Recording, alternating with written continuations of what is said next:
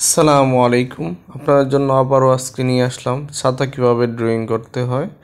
তো দেখেন আজকের ভিডিওটা কিভাবে ছাতা ড্রয়িং করে ওইটা আপনাদেরকে দেখাবো।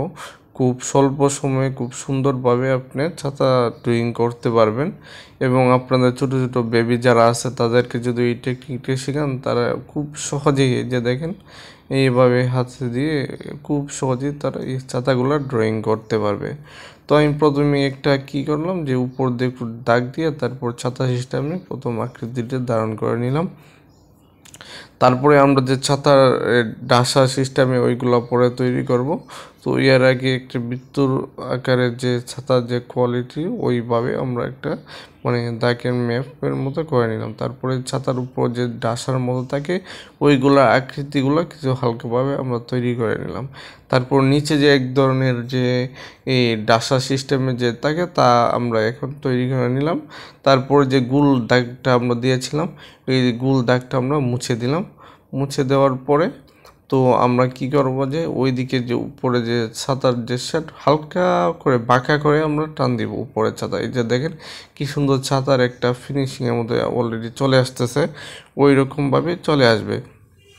তো দেখেন এই যে এখন আস্তে আস্তে আরও সৌন্দর্য বাড়বে, যখন কাজ শেষ হওয়ার পরে তো বুঝতে পারবেন যে ছাতাটা কতটুকু সুন্দর হয়। দেখেন আস্তে আস্তে আমি কাজ করতেছি আর এমনিতেই মনে করি এগুলার এই লোকেশনটা এবং এটার কাজ অনেক ভালো দেখাচ্ছে। তো আপনারা যদি এইভাবে ট্রাই করেন বা আপনাদের বাবু যারা আছে তাদেরকে দিয়ে যদি এইভাবে আপনারা ড্রয়িং শেখান তাহলে স্বল্প সময়ে তারা ড্রয়িং শিখতে পারবে।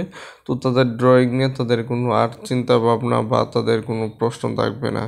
অ্যাকচুয়ালি আশা করি আপনারা যারা এই ড্রয়িংগুলো দেখছেন বা রংতুলি এই পেজের সাথে যারা যুক্ত আছেন আশা করি সবাই অ্যাকচুয়ালি আপনারা এই ড্রয়িংগুলা আপনাদের নিজেরাও শিখতে পারবেন এবং আপনাদের বাবু যারা আছে তাদেরকেও সহজেই শিখাইতে পারবেন। এবং আমাদের ড্রয়িংগুলো যারা দেখবেন তারা স্বল্প সময়ে সুন্দরভাবে ড্রয়িং করতে পারবেন। এই যে দেখেন উপরে আমি একটা শেপের মতো উপরে দিয়ে দিলাম, এই যে দেখেন এখন আরও সৌন্দর্য বেড়ে যাচ্ছে। আজকের জন্য এই পর্যন্তই, আপনারা আমাদের সাথেই থাকবেন ইনশাআল্লাহ।